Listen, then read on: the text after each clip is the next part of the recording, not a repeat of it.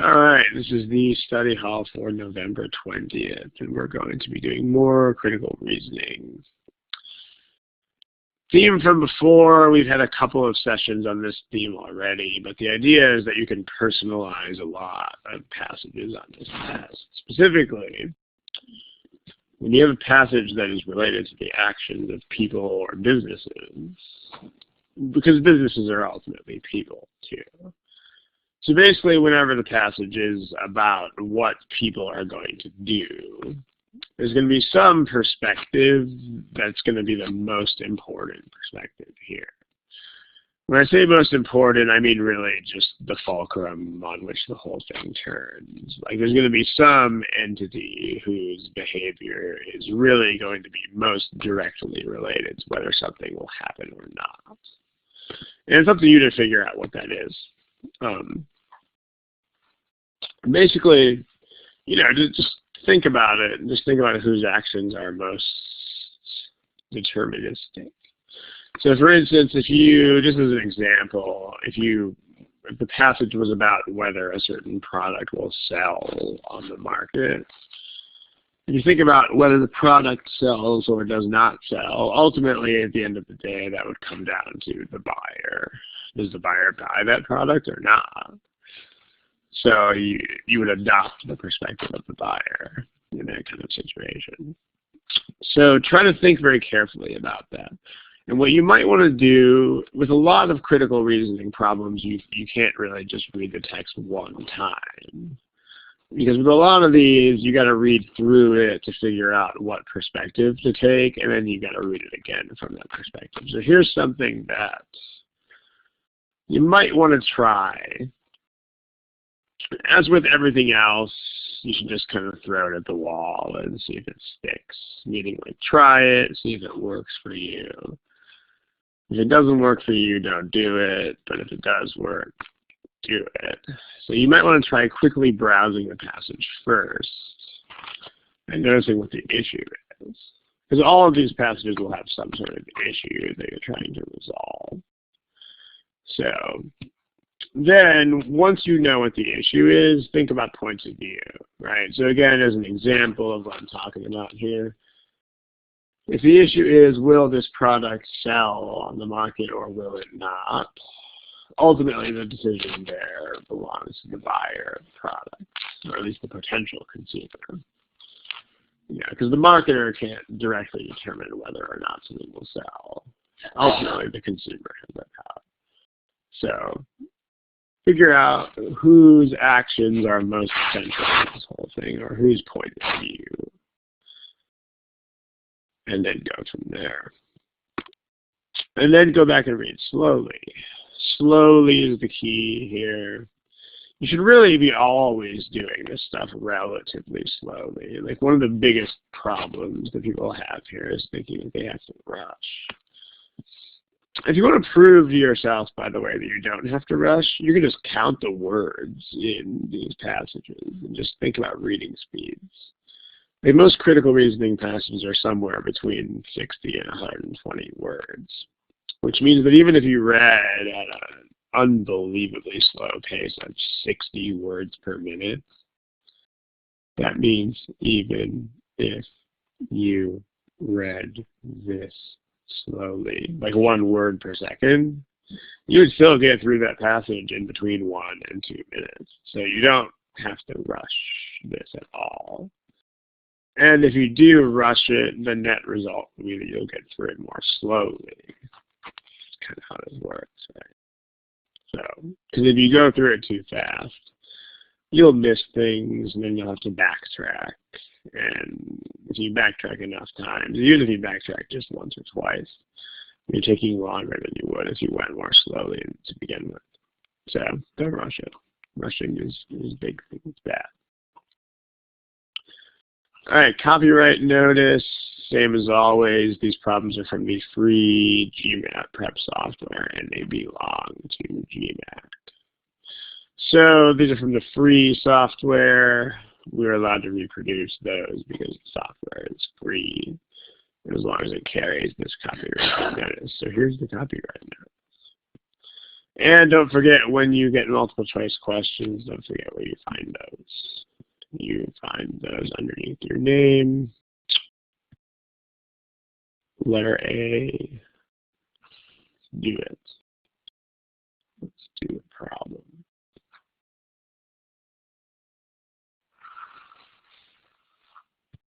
There you go. Someone already did choice A. Okay, go ahead and try this one. Remember where to find your multiple choice answers right there. Give it a shot, please.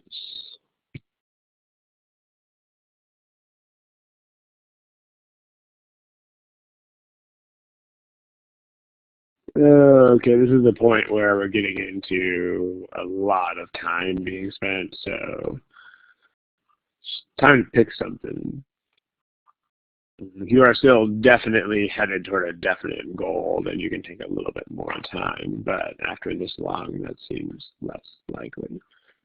So, yeah, I mean, I can't really force your hand, but if you don't have an answer yet, you should pick something. Okay. What is ultimately the issue here?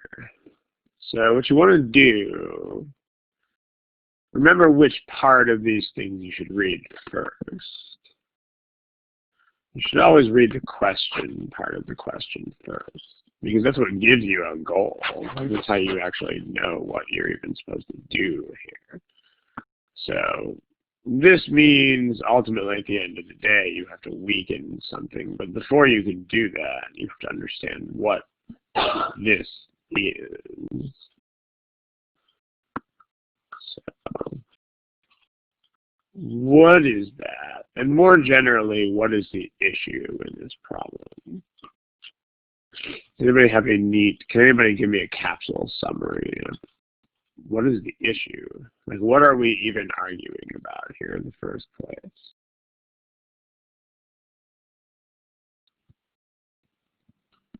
Chat box, if you know.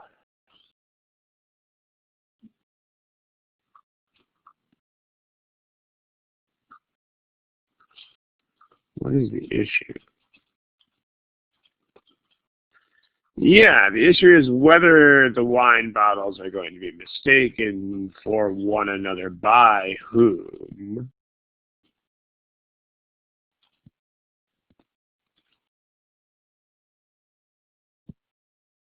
By the consumer. So one thing that should be quite clear here. Yeah, substitution of brands, I think you have the right idea, although the word substitution kind of makes me think that someone, like a retailer, would be swapping out one for the other. But if you mean the consumer, then yes. Right. So the issue that we are facing here is, will the consumer be confused by the two brands? You know, will the consumer actually buy a Danville bottle when they want to buy a Mordet bottle? So basically, will the consumer be confused? So, well, I think we know who we want to read this as then, right? So we want to read this as a consumer. Can anybody be more specific than that? Like, we should read this from the point of view of a consumer who wants to do what?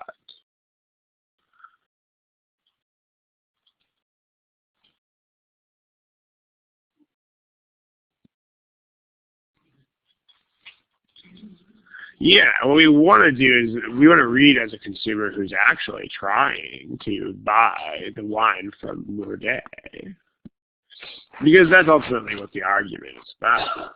Like, this is kind of like, sounds like the prelude to some sort of copyright for a trademark infringement, trade dress infringement kind of thing, right? Like, they're almost accusing the Danville without really saying it of copying their trade dress, or whatever you call it. So make yourself, so read the passage as a consumer who wants to buy more day wine. Okay, so that's us. I mean, we want to buy a bottle from these guys. And then you got to make sure you know which side of this issue that you're on. Might take a second of thought here. I mean, this one helps because it's clear which side each winery is on. I mean, these guys are the ones who are accusing confusion. These guys are defending it. They're like, nope, not confusion. You can tell it apart, right? I mean, you know who's on which side, right? So undermining their response, it means you're back on the side of more day. So you're going to be on more day's side of this issue. Because if you're going against Danville's side of the issue, then you must have been on their side of the issue. So that's the goal. Remember, the more specific your goal is, the more specific a standard that you have for the choices, the better. I mean, in general, your legwork should mostly be done by the time you get to the choices. So you need to be on their side of this issue, which means you are at risk of buying the wrong wine. So that's the standard that we're going to hold these choices up to. So the choice is, which one of these things? Make it a question. Does this make it likely that I'll go home with a bottle of Danville wine by accident? I mean, this is the kind of thing that you want, and really you should not let yourself go to the answer choices until you have something like this. Until you have something that is this specific. In particular, your standard should not ever contain words like argument, or undermine, or conclusion. Those are the kind of things that create problems. You know, I mean, just think about that, because the thing is, like, think about that in real life. Think about superimposing weird terms like that. You know, like if you were arguing about something, anything at all, right? Like, should I park my car in this lot, which is farther away because it costs less? Or should I park it in another lot, which is closer but costs more?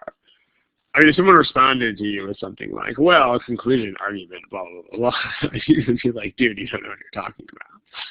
So just make sure that you don't fall into that trap, right? When you see words like undermine and response and conclusion and argument, you got to get all these things out of there and replace them with specifics. Specifics is the goal. Replace all vague words with specifics. So by the time you get here to the choices, you should be mostly done. This is where the time is spent. The time is spent getting from there to there. The choices should be pretty quick, especially if you're the consumer, right? Okay. Choice A says that gold is not just that one bottle, but that it's actually kind of a trademark of the Danville stuff. So what does that mean? Well, this means that the gold is actually a feature associated with Danville wines. So, and the gold labels are not on Morday wines. So if I'm the consumer, if I see that, this means I should be able to tell them apart. This makes it more likely.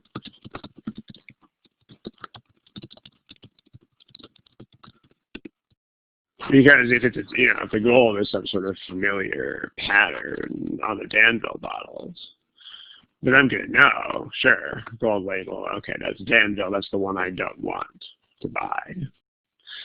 I want to buy the one that's not gold. If there's that degree of consistency, if that is a thing, that's going to, if anything, it's going to make the Danville wines more recognizable. So that's a wrong way answer. I mean, it is relevant for sure, but relevant's not good enough. You actually have to be on the right side of the issue. So this one's the wrong way. Same thing with choice B.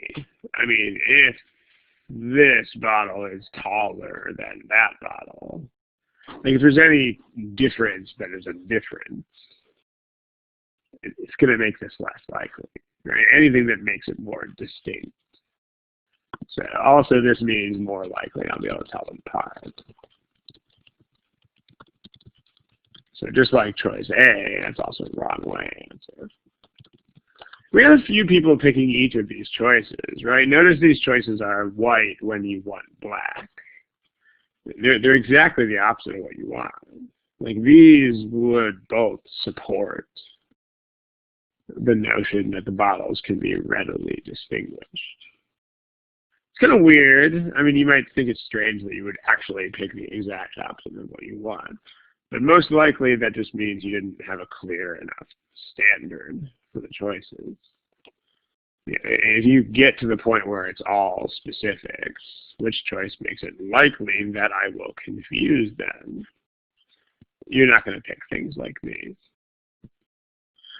Nobody picked C. We don't really care about ads, and this doesn't really address the issue one way or the other. It doesn't address the confusion issue.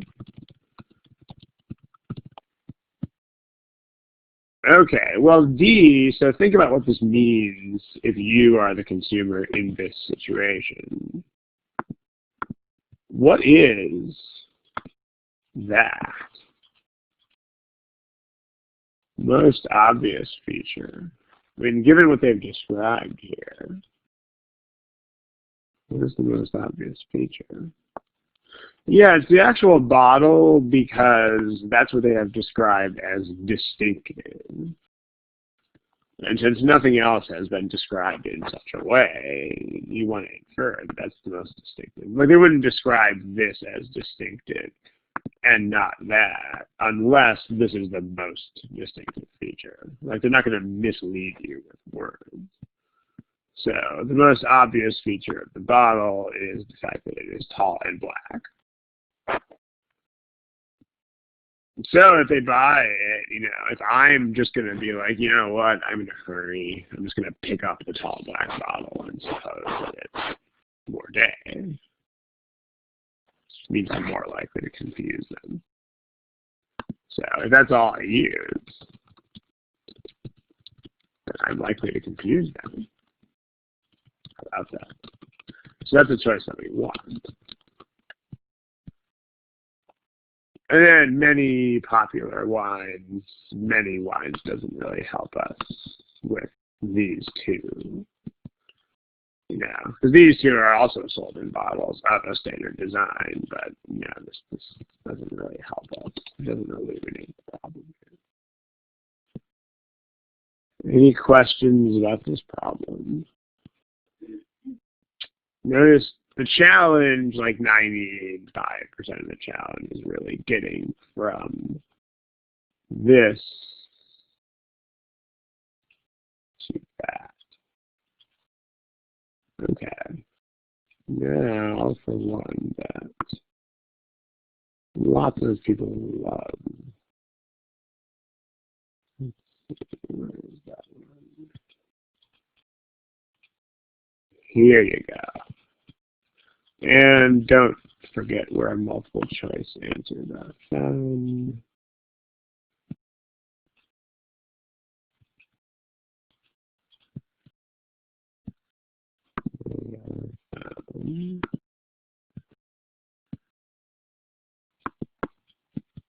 Here.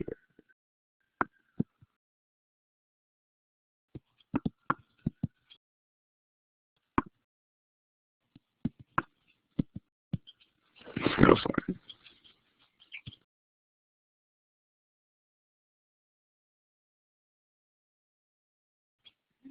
Sure, we're getting to be into a large-ish amount of time. Again, if you have a standard that is specific and you are still applying it, then keep going. But if not, It's time to pick a guess.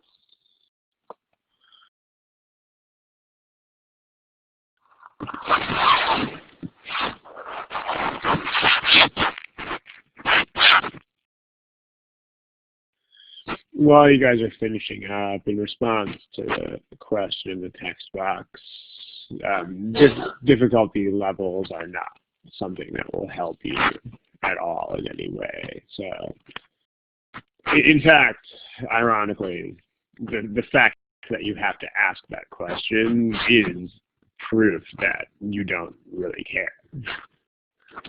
You know, because you're asking the question means you have no idea what the difficulty level is. So you can't base a strategy around it. You can't base a strategy on something that you can't even tell what it is. So there's no sense in worrying about that. Every problem is a respectable opponent, as it were. Okay, let's pick something. If you don't have something yet, you should pick something. Okay.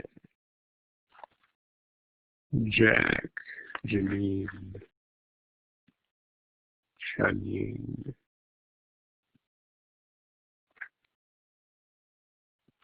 Okay, let's take a look. This is a question about assumptions.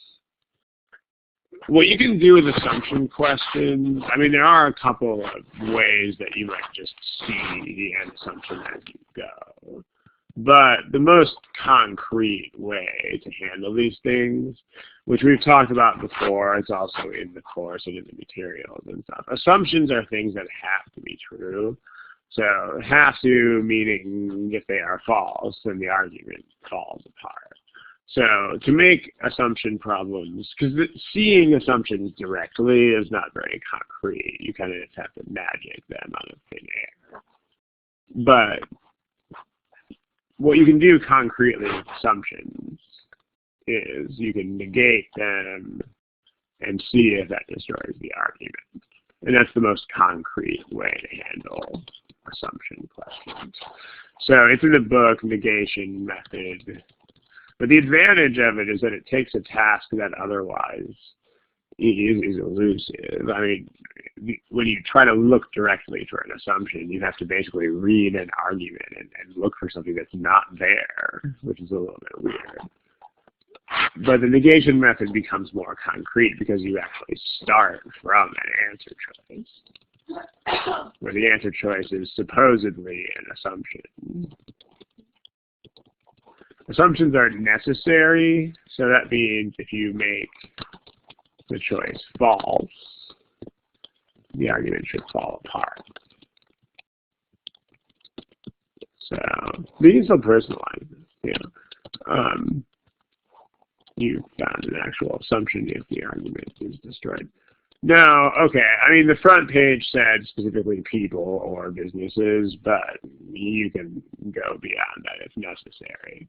So what we're debating here is what is inhibiting fertility in female rhinoceroses. So this might seem a little bit far-fetched, but you can make yourself what? Whose perspective would you want to adopt here?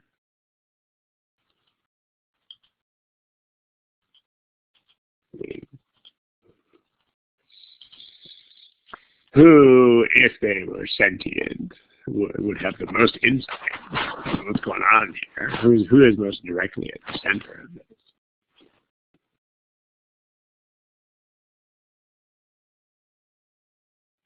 Yeah, the rhinoceroses are, right? Especially the female ones. So, you know, it seems a bit weird, but if you adopt the perspective of a female rhinoceros, it's probably a lot easier than it otherwise is. So, you're a female rhino today. That's kind of how it goes, right? Some days you wake up and you're just a female rhino. Okay, and so then what's going on is, like, the issue here is that female rhinoceroses that have been re-collared a lot. You're a female rhino whose collar keeps slipping off and has to be replaced.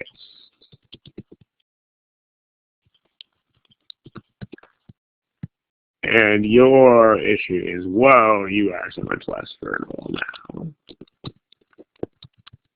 Your fertility has plummeted. Okay. And we're investigating exactly why that is.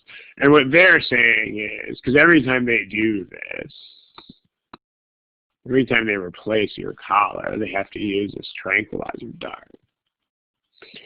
So what they're saying is, if they keep having to trank you over and over and over again, that's what's doing it. It must be the tranquilizer dart. So that's what they say. So remember, that's the thing you're trying to destroy by reversing the answer choices. So they say must be something in the tranquilizer dart.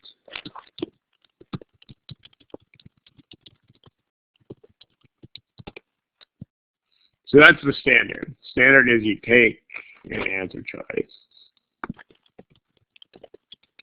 make it false, and you should, once you do that, the argument that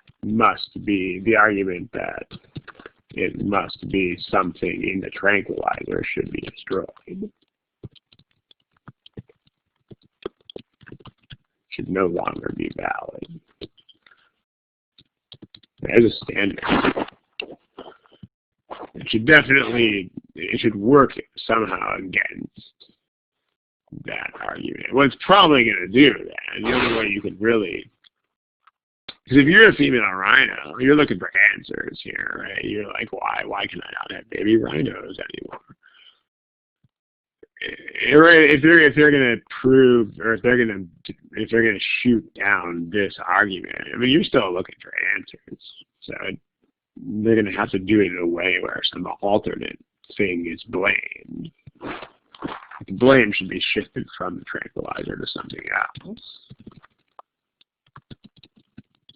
So I mean, it's not good enough to just be like, oh, seems doubtful to be the tranquilizer thing. You're gonna have to pin it on something else. So let's do that. Let's negate some answer choices and see what happens. Choice A says the dose of a tranquilizer is large enough to give. So they hit you with such a large dose that there's no way that you could threaten these guys, even if you wanted to. So, if that's false, remember you're making these false. If it's false, then that means the dose isn't that big. But that doesn't really change your issue, right? Like, I mean, if the tranquilizer is the problem, it could still be the problem. Even if the dose is a little smaller, that doesn't mean that it's not going to cause fertility issues.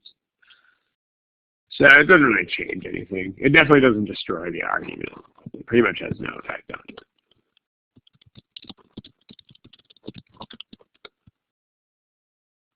B says that your friends who are not collared have been more and more and more fertile lately. So this is not really a surprise, right? Because we actually already know this. We already know that collaring seems to go hand in hand with lack of fertility. I mean, this has already been established. So choice B is really just taking what you already know and just kind of putting an exclamation point on it. But this just emphasizes a trend that's what we already know.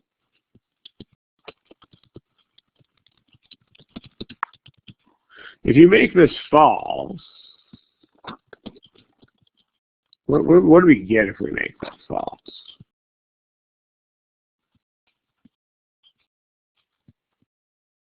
Fertility rate has been increasing in the past few decades.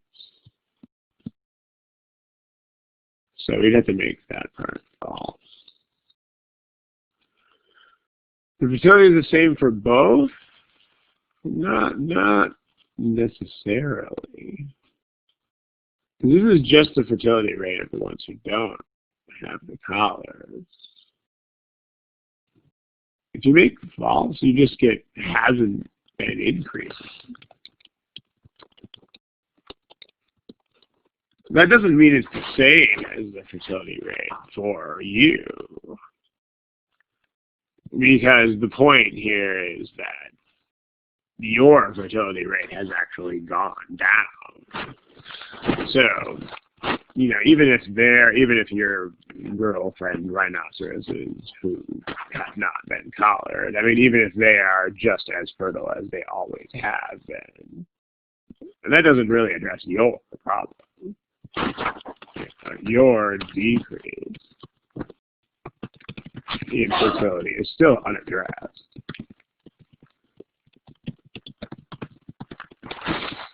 It doesn't destroy the argument because, I mean, if it said, if you actually could get from here to the rate of the same, then it would definitely destroy the argument, because if the rates were the same with or without a tranquilizer, that would show the tranquilizer is not doing anything. But it doesn't. It's just comparing your uncollared friends now to what they would have been in the past. So, yeah. Any questions about that? The uncollared females may have another reason to increase. Yeah, cow shell, that's also true. Although, remember, you want to avoid going too far down paths that are not productive. Like, you gotta have a standard, right? So, the standard is we are still trying to explain why your fertility has gone down.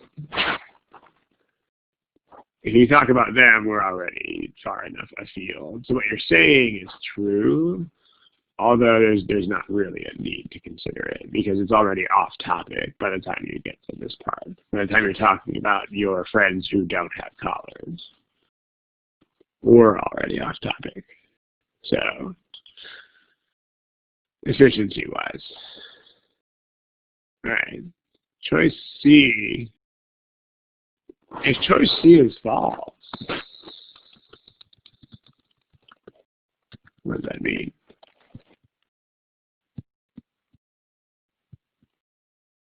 It's false that the stress of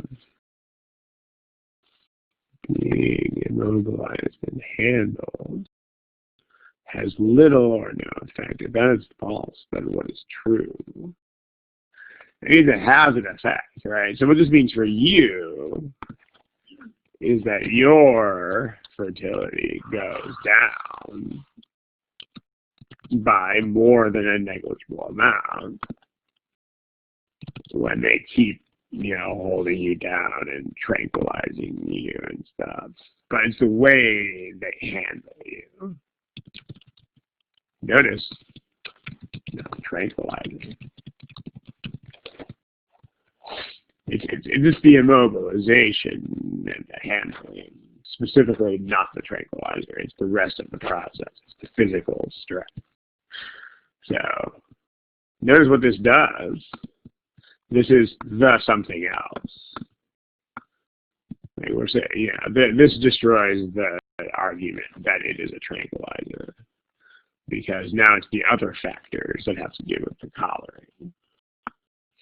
It doesn't prove the conclusion false. I mean, it could be the tranquilizer and C.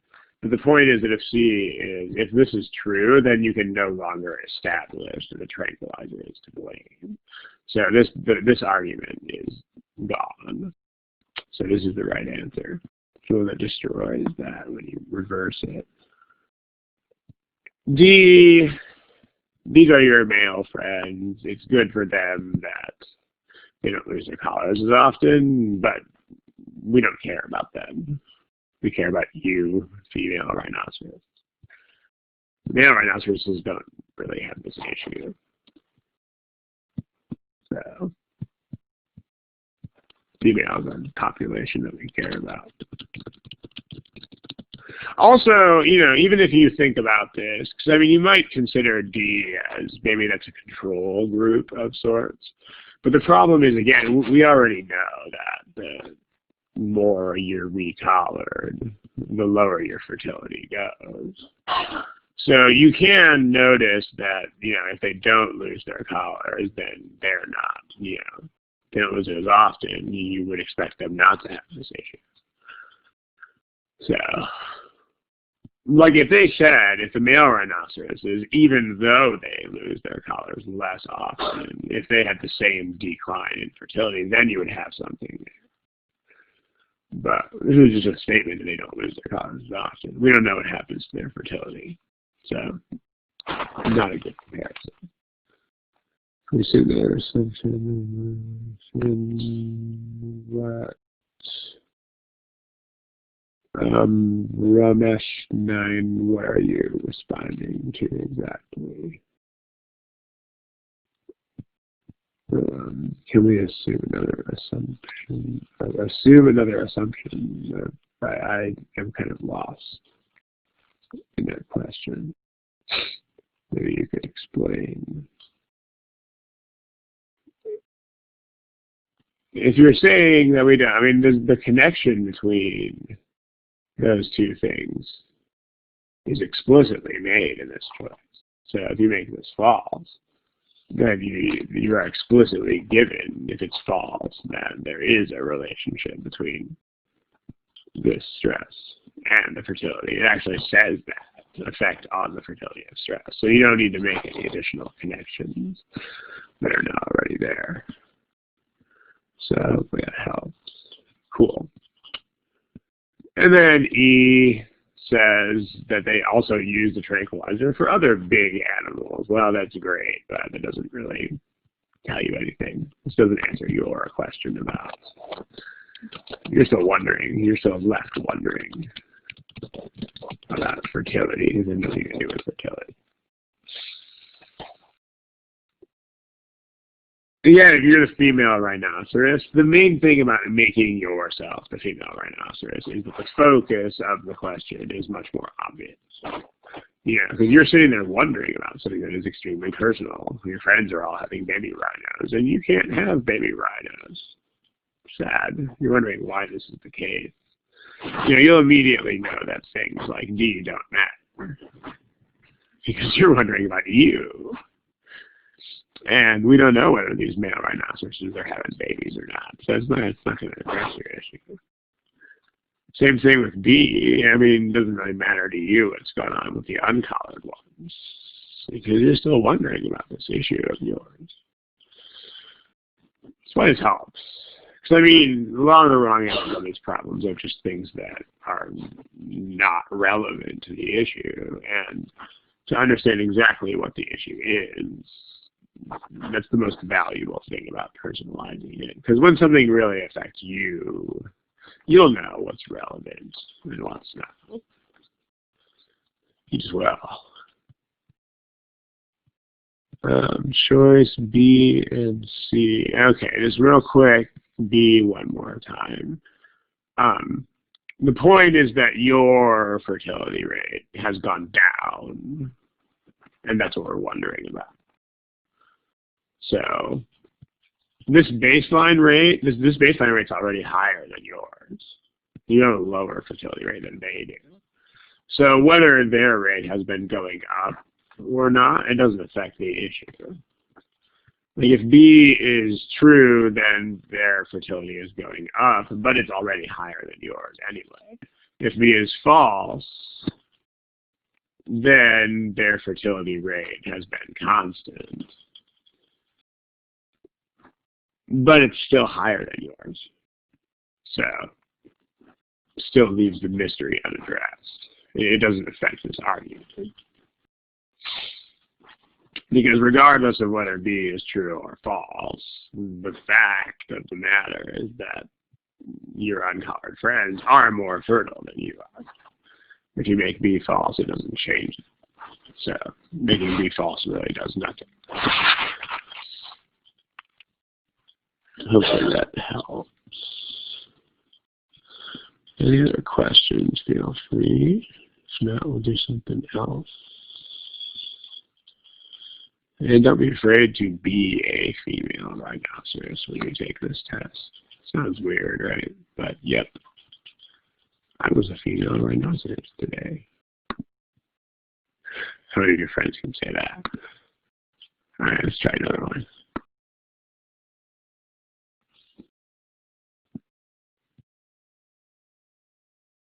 How about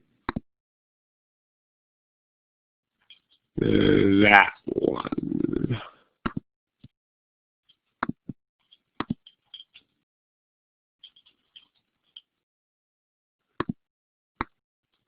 And of course, don't forget where your multiple choice options are found.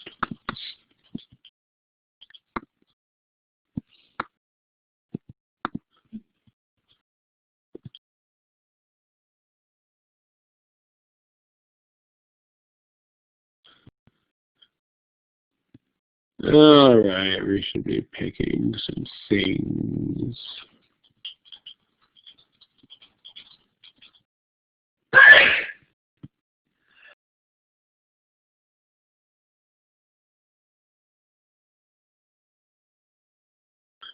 Okay.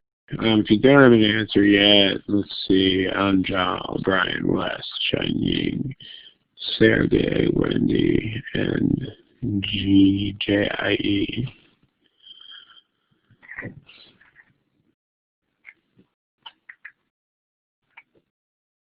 Okay. All right, so no one's got B boy or E elephant. So we're not going to spend too much time on those. Indeed, those are actually wrong answers. But the other three, there's a significant number of people picking each of the other three. But okay, so ultimately, what is the plan supposed to do? Like, what constitutes success for the plan? You figure that out even before you read what the plan involves. You can tell what defines success. So that's two things: reduce tax and get more businesses. Which one is the actual point of the plan? Which one is the objective? Well, what are we trying to do? That's what we're trying to do, right? Not the tax thing. I mean, the tax thing is one of the aspects of the plan. But the tax thing is, they just hatched that as a way to do this. This is the goal of the plan. So, and when you say people, presumably that means business people, right? So, who are you when you read this thing, considering that this is what they want?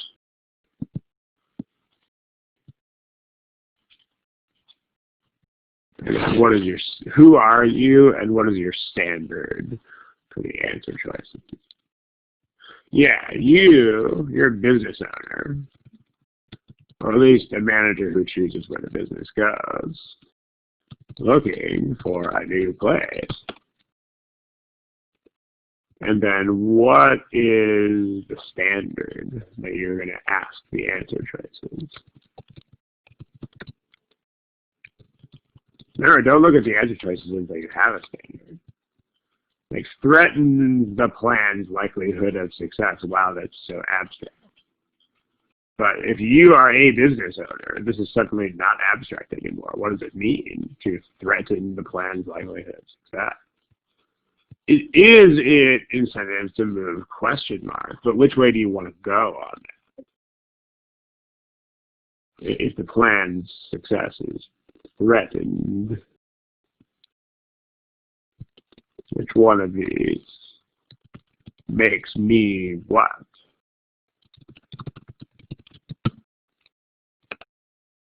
How did you fill in the rest of that question?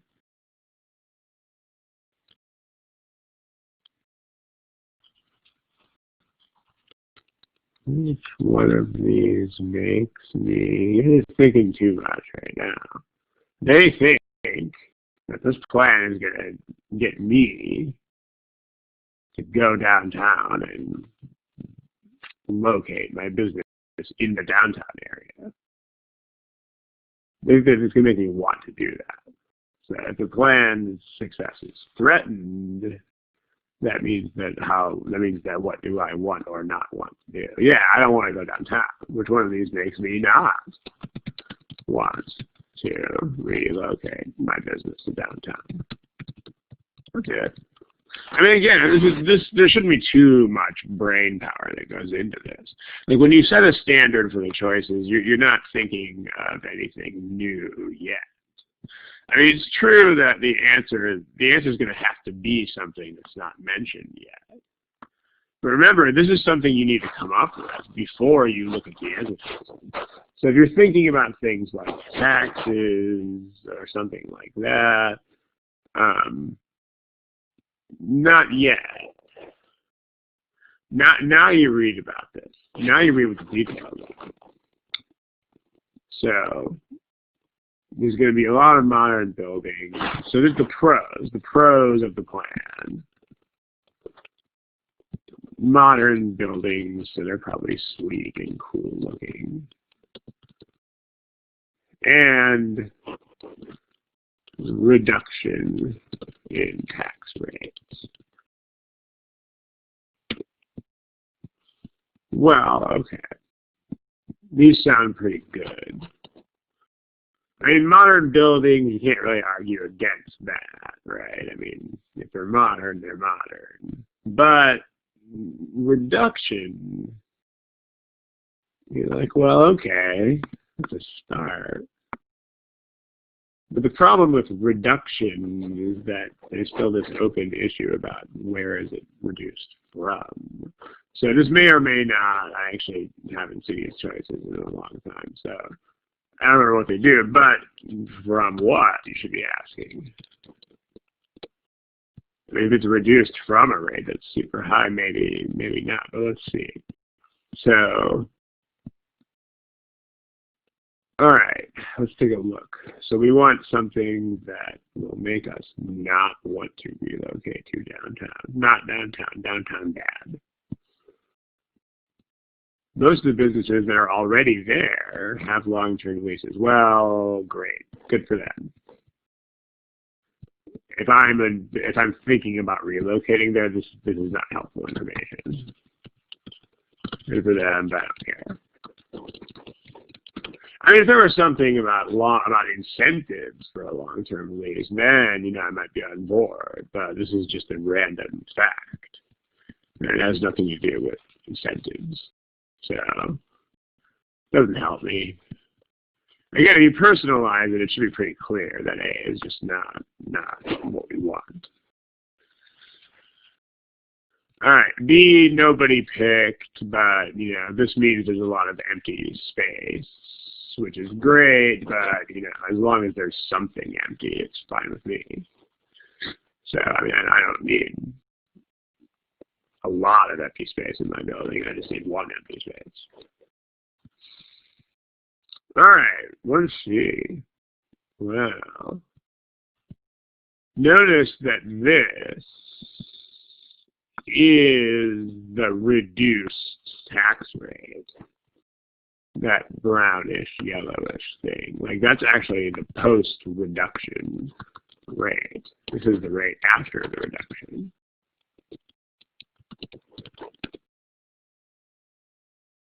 So what does C mean to me? Well, this means even it was nice of them to offer this, but even with that taken into account, I'm still going to pay less tax if I go to the suburbs. So it's going to make me not want to go downtown, right? I would rather pay less tax if I can help it. That's the choice we want. Ramesh, you could probably build some sort of case for that, but you would have to make assumptions about vacancy rates and such. You know, if you assume certain things about desirability, you know, I mean, like if a lot of empty spaces makes it less desirable, then sure.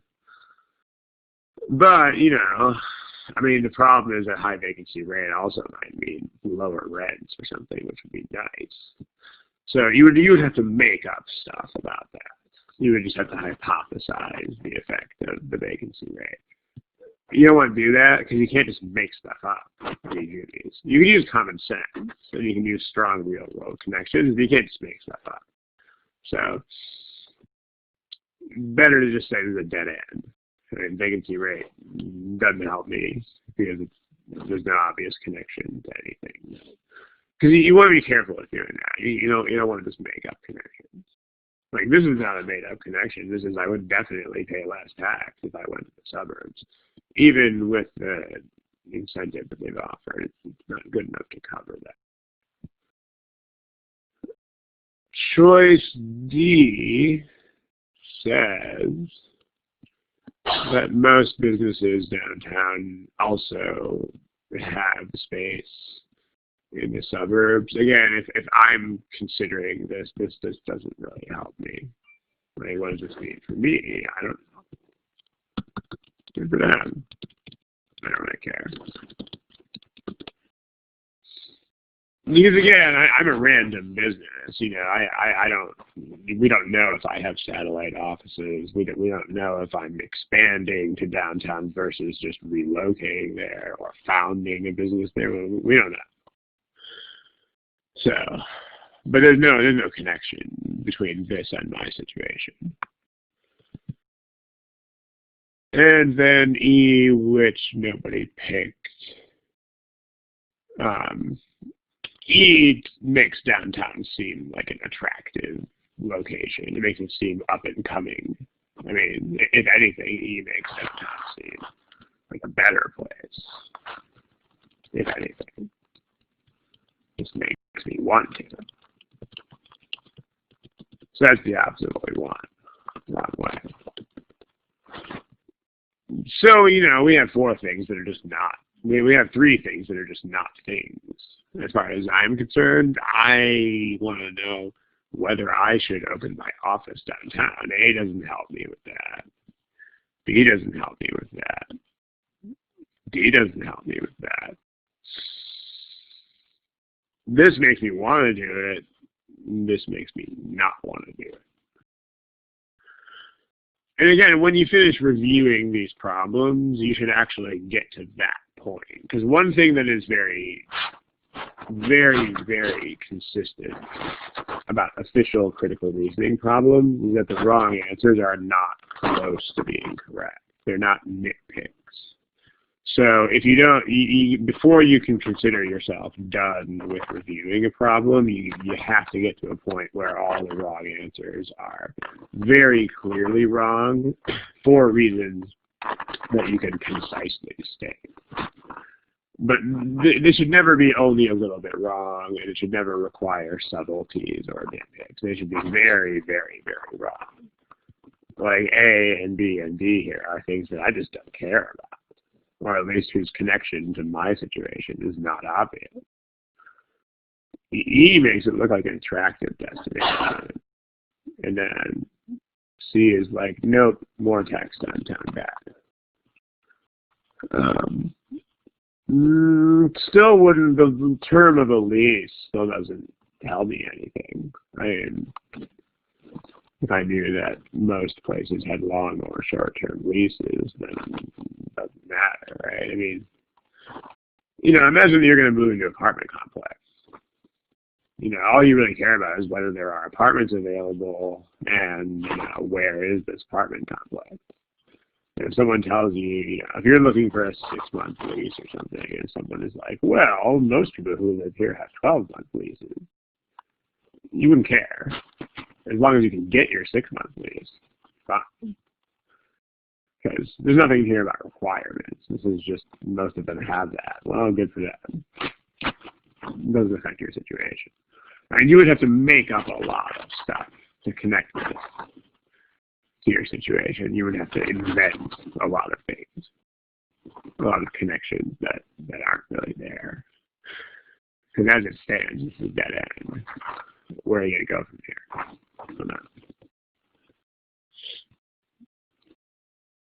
Okay, we got a couple people typing things. Let's see what's being typed before we go to another one. Typing. Now it's just George. George is typing. Let's see what George is typing.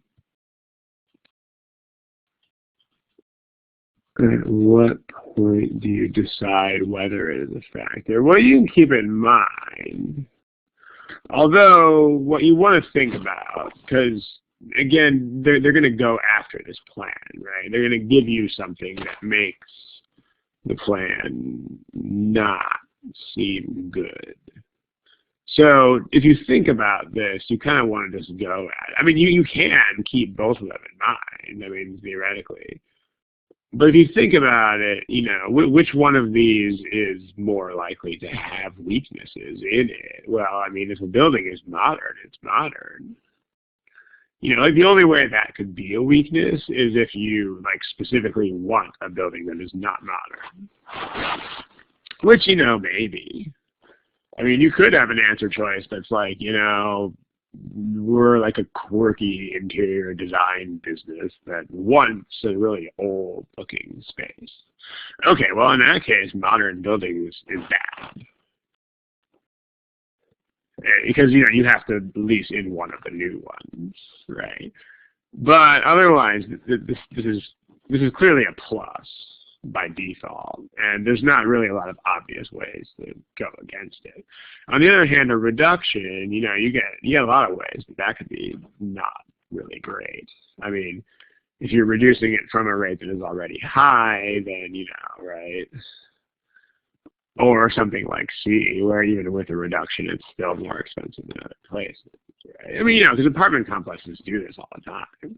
They post some phony, I mean, it's not a tax rate, but it's analogous. You post some phony full price, and they're like, oh, we'll give you 10% off.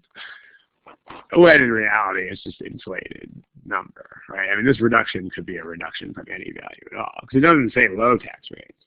It just has reduced tax rates. And according to Choice C, they're still high. But I mean, we're paying more attention to this because it's more clear that this could be a liability. This can only be a liability if I am a quirky business that would consider modern a negative, which is unlikely. I mean, you can look for that. It's not there. But, just think about it with the real world perspective, and this one's got more holes in it. Okay, let's look at another problem. There you go. Yeah. All right. Super restaurant chain.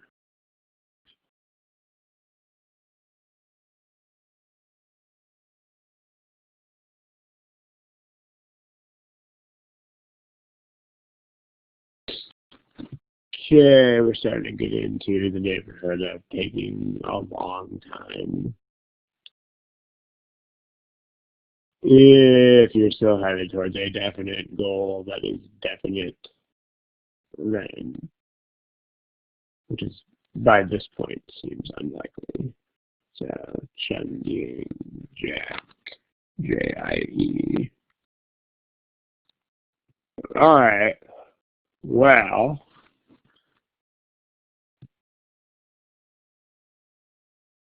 As always, this centers on making things like this and this into real things. I mean, again, you know, imagine conversations if you don't understand the degree of specific that you're looking for.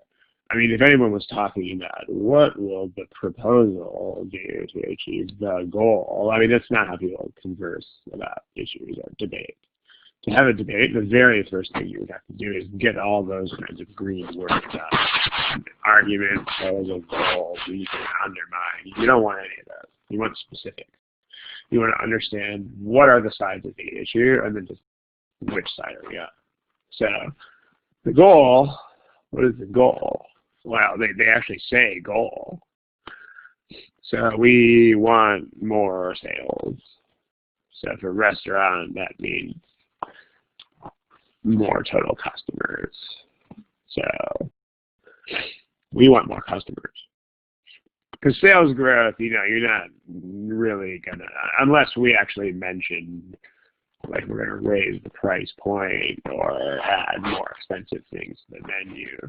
They don't mention anything about prices themselves going up, so therefore this can only mean new customers.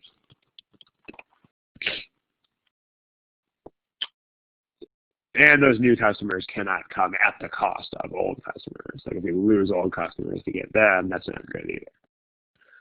So new customers without losing existing ones. Okay, well. And then ineffective. So they're saying the proposal, let's color code this. The proposal is to open more new restaurants. That seems reasonable enough. Because, you know, the deal is past performance, right? Like by opening new restaurants before, we keep getting new regulars. We keep getting new customers. So we just keep doing that. That's what they're thinking. So standard. What do you want to show? So, see if someone here can state the standard without using any vague terminology. Question that you think of it as asking a question to the answer choices. What are you asking the answer choices?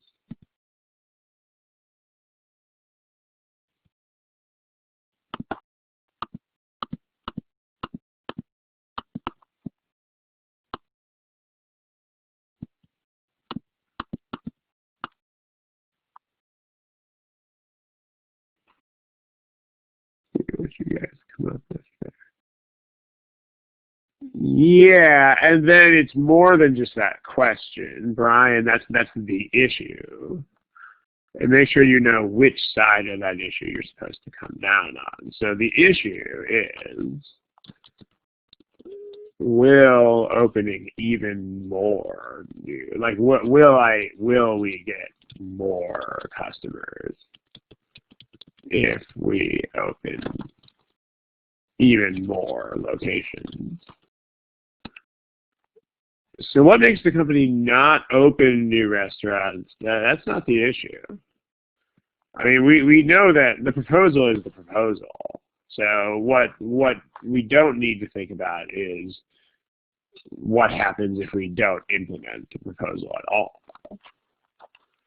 You know, just if that's not clear, just make an analogy to any other such thing. Like if someone tells you about this weird diet they're going to go on, well, which argues that the diet would be an ineffective way of losing weight, right? You're only thinking about the diet. You don't have to consider, like, what if they do something else, other diet. You don't do that. So when we say adopting the proposal would be ineffective, the proposal is a given. Like, we're only talking about the consequences of if we do this.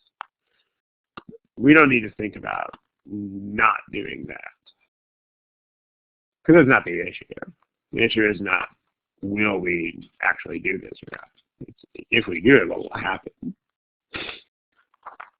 So yeah, Yeah, the ineffective option would be, so if the plan is effective, that would mean we get more customers. So ineffective is we don't.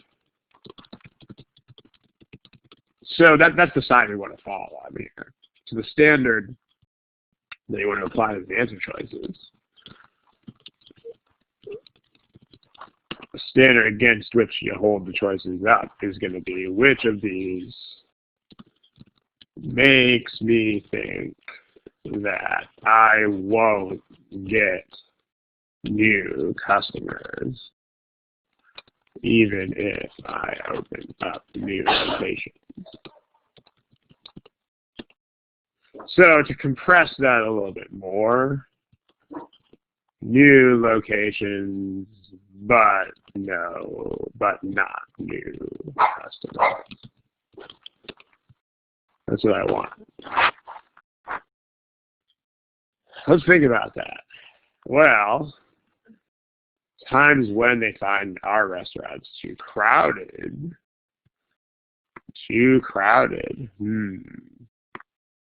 What does that make me think that we should probably do if this is a problem? There's a problem with overcrowding of anything. What would you like to do? You would like to open more. This gives us a very good reason to open more locations.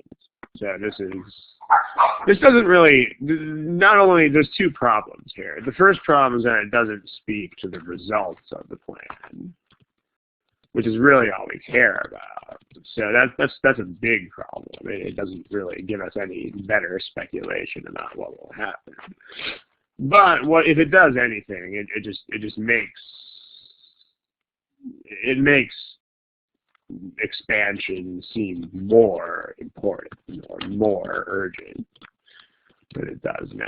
So I mean, in effect, it's mostly irrelevant because it doesn't really speak to results.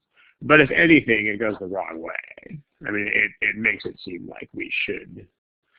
If crowding is a major problem, then we would probably have more space for those customers if we open new places. B says, has generally opened well, okay, but that doesn't really say that we're going to keep doing that.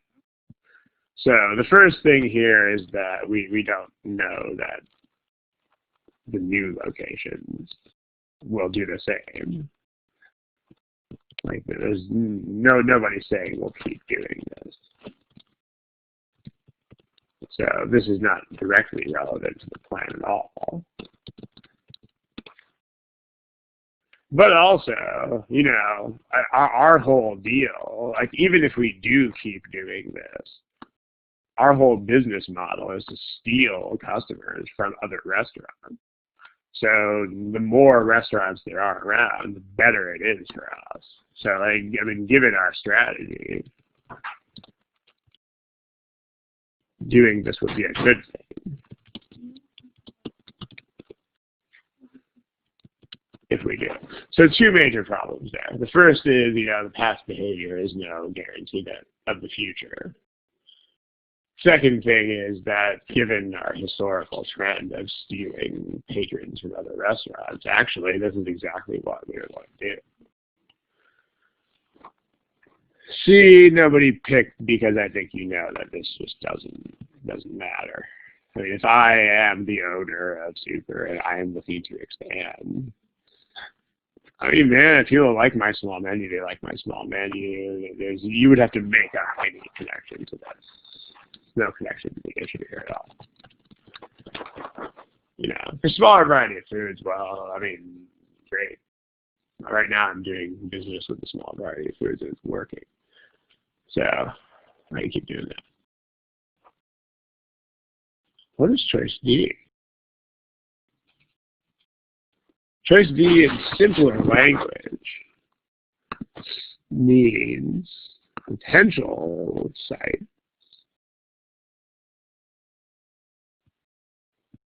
Or, I mean, anywhere I'm thinking of opening.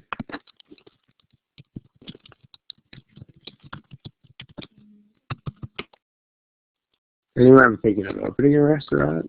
I already have a restaurant in the neighborhood.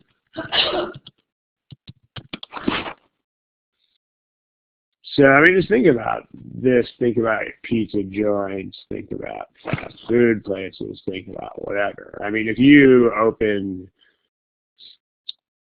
a Starbucks a block away from another Starbucks, do you think it's really going to have an overall effect on customers? Probably not, right? I mean, what it'll probably do is just redistribute existing customers. You know, it would probably lighten the load on each individual restaurant. Yeah, like if I open a Starbucks right next to a Starbucks, then the customers will probably split 50-50 or whatever. But it's not terribly reasonable to think that new people will materialize out of nowhere if they already have my restaurant in their neighborhood. But there are more customers, but they're going to be the same customers, right? The same. Like, again, think about opening a Starbucks next to a Starbucks. People who come to the new one are going to be the same people who would have just gone to the old one. Yeah, it's only going to, like, you would have to invent reasons for this to not be the right answer. Like this, because by default, this means that I'm just going to be getting the customers who already have my restaurant as an option. So no new, I'm not going to get new customers because I'm just going to get customers who would have gone to the nearby location instead. So I mean, to make this not imply that, you would have to make stuff up. Like, I mean, if there were overflow problems, then maybe, but you can't just assume that there are. You know, like if this is true, but all of the existing ones have to turn away customers because the lines are so long, then sure. And then also, you know, I mean, either that or something else, like if the new ones would be like swanky and cool and they would attract the cool kids, you didn't want to go to the old one. But by default, just think of what your first association is if you think about opening a Starbucks right next to another Starbucks. You don't think a bunch of new people are going to come. I mean, you think that they'll just take away half the customers of the original, is what you think. So unless you make up stuff that is made up.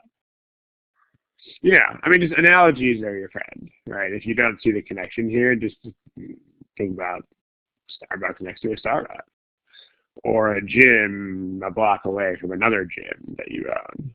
You're probably not going to get anybody new. You'll just get half the people who went to the other gym. So you're just going to redistribute your existing customers. We have built our business by offering meals that are less expensive. This is great. That means we have, you know, lower price business model. But that doesn't speak to whether this plan will do anything. It certainly doesn't show that it won't. So there's no information about whether new customer base will happen here. So what is not realistic? What do you mean not realistic?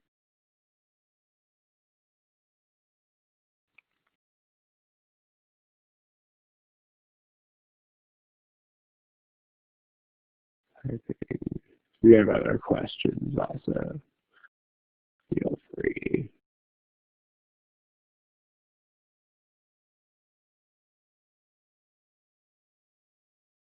Okay. Let's try to make this quick here because we're over time by. What I do not understand.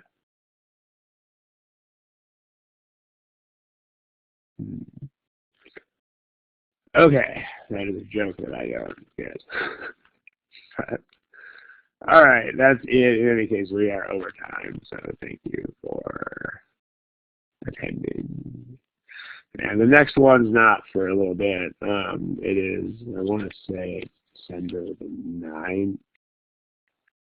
So I think it's 3 weeks from today. So 3 weeks, something like that. Maybe it's not the 9th. The 9th. Whatever date is around there somewhere. Let me get the exact date here. It should be Thursday. I believe the next session is Thursday, the 11th of December. And that's the only additional session that we're going to do between now and the holiday. Mike Birbilia. I'm going to Google that because I don't know who that is. But I'm going to, let's see. I'm assuming it's not a good thing, man, because my voice is not a good thing. Voice made to be in pictures, as it were. But kill the recording.